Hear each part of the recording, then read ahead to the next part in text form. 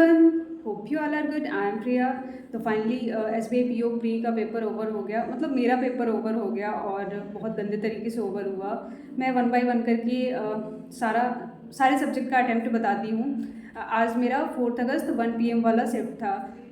तो सबसे पहले इंग्लिश ओपन हुआ, तो इंग्लिश वॉज डूएबल। उसमें सब कुछ था, मतलब 40 क्वेश्चन थे, तो एवरीथिंग था। मैच द कॉलम भी था, फिलर्स भी थे, एरर के भी थे, उसके बाद क्लोज टेस्ट भी था, रीडिंग कॉम्प्रीहेंशन, पैराजम्बल दोनों टाइप का था, जो एक ABCD करके आती है 100 और एक फुल पैराजम्बल भी था। तो फुल पैराजम्बल तो मैं सबसे लास्ट में बनाई, तो उसका मैं फर्स्ट सेंटेंस ही टिक कर पाई, जो कि D से स्टार्ट हो रहा था। आप सब कंफर्म करना कि क्या वो सही है। बाकी मुझे सोचने का भी टाइम नहीं मिला कि इसके आगे होगा क्या, और मुझे वो थोड़ी सी लेंथी भी लग रही थी। मेरे पास 1 मिनट था, बट उस 1 मिनट में बस D समझ में आया, उसके अलावा कुछ भी नहीं समझ आया। तो यहाँ तक तो फिर भी सही था। अब आ जाते हैं क्वांट पे।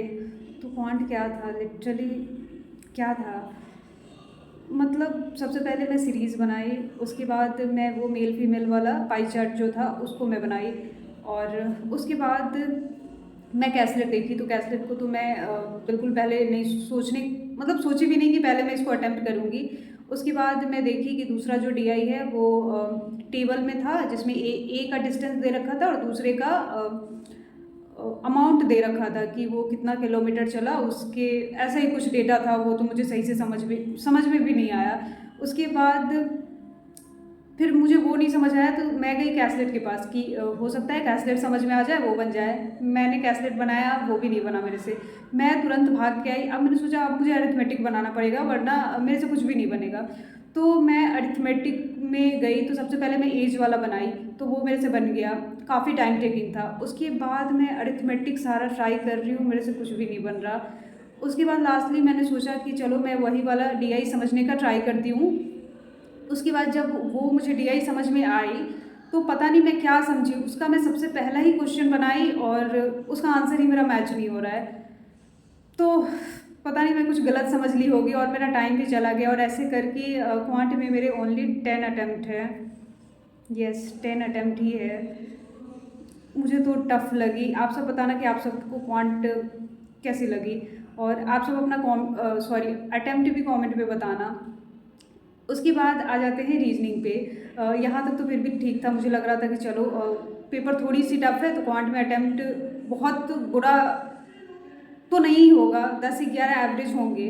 तो मैं यहाँ सोच के रीजनिंग पे गई। रीजनिंग में पूरी पजल भरी पड़ी, मतलब बस एक ब्लड रिलेशन था और एक मीनिंगफुल वर्ड थे, और दूसरा नंबर दे रखा था, उसमें 2 - 3 प्लस करके ऐसा था। तो 4 बस मिसलेनियस थे, बाकी पूरी पजल भरी पड़ी थी। उसके बाद मैं देखी, मैंने सोचा कि अब तो पजल पूरा बनाना ही है। तो सबसे पहले मैं पज़ल बनाई, वो जो कलर PO मैनेजर करके जो था, जिसको अरेंज करना था, तो मैं वो वाला पज़ल बनाई। उसके बाद मैं नॉर्थ साउथ वाला पज़ल बनाई। मैं कोई भी मिसलेनियस पहले नहीं बनाई थी, पज़ल से ही स्टार्ट की मैं। तो उसके बाद नॉर्थ साउथ वाला बनाई, और वहाँ मैं फंसी। मतलब पहले अटैम्प्ट में वो मेरा आंसर ही मैच नहीं हुआ। मतलब 4 क्वेश्चन टिक कर ली, 5वें पे जा रही हूँ, तो मेरा आंसर ही मैच नहीं हो रहा है। तो फिर से उस पज़ल को बनाना पड़ा, तो वहाँ मेरा टाइम एक्स्ट्रा गया। उसके बाद वो दोनों बन गया, तो मैंने सोचा कि पहले मैं मिसलेनियस बना लेती हूँ, वरना पता लगे अगला पजल ना बने। तो मैंने वो ब्लड रिलेशन बनाया, और एक मिसलेनियस बनाया। वो मीनिंगफुल वर्ड वाला नहीं बनाया, वो नंबर वाला करके जो था उसको बनाया। उसके बाद मैं जो सर्कुलर पजल थी वो बनाई। 7 पर्सन थे, इनसाइड देख रहे थे, और उसके साथ कलर था, वेरिएबल में कलर था, तो मैंने उसको बनाया। उसके बाद मैं फ्लैट एंड फ्लोर पजल को ली। एक और था जो कि बॉक्स पजल थी, तो बॉक्स विद वेरिएबल थे, तो मुझे बॉक्स पजल से वैसे ही डर लगता है, तो मैं उसको ना छूने की वजह वो फ्लैट एंड फ्लोर वाला पजल ट्राई की, और वही स्टार्ट की, और वही टाइमर मेरा ख़त्म। वो पजल भी मेरे से नहीं बना, ऐसा नहीं था कि वो बन गया, मैं क्वेश्चन टिक नहीं की, मैं उसमें फंसी। मतलब एक नॉर्थ साउथ वाले में भी फंसी और फ्लैट फ्लोर वाले में भी फंसी। तो ऐसे ही करके रीजनिंग में ओनली 18 अटैम्प्ट हैं, जहाँ की रीजनिंग में 22+ होने चाहिए थे अटैम्प्ट, तब जाके मुझे लगता कि नहीं सही है। क्योंकि एक जो मैं बॉक्स वाला छोड़ी, क्या पता वो पजल ईजी हो, और मैं जो 2 बार फंसी, तो फिर वहाँ मेरा टाइम गया। तो जब मैं फंसी, टाइम भी गया, तो मुझे ऐसा लग रहा है कि मैं रीजनिंग में कम अटैम्प्ट की हूँ।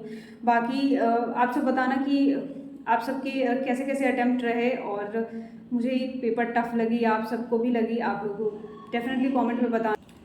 बाकी मेरी यही ओवरऑल अटेम्प्ट रहे 57। सॉरी निकिता, मैंने गलती से आपको 62 बोल दिया था। मैं जैसे एग्ज़ाम देके निकली तो वो उन्होंने मेरे से पूछा तो पता नहीं मैं क्या काउंट की और 62 उनको बोल दी, बट अभी मैं देख रही हूँ तो मेरे अटेम्प्ट ओनली 57 है। तो इंग्लिश 29, मैथ्स 10 और रीजनिंग 18।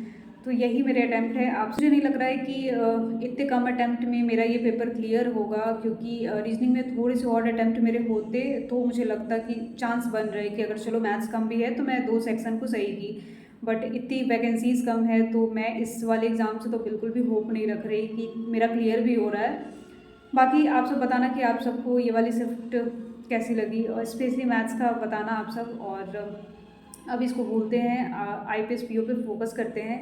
बाकी कुछ भी नहीं, मैं मिलती हूँ नेक्स्ट वीडियो में। Thank you, bye bye.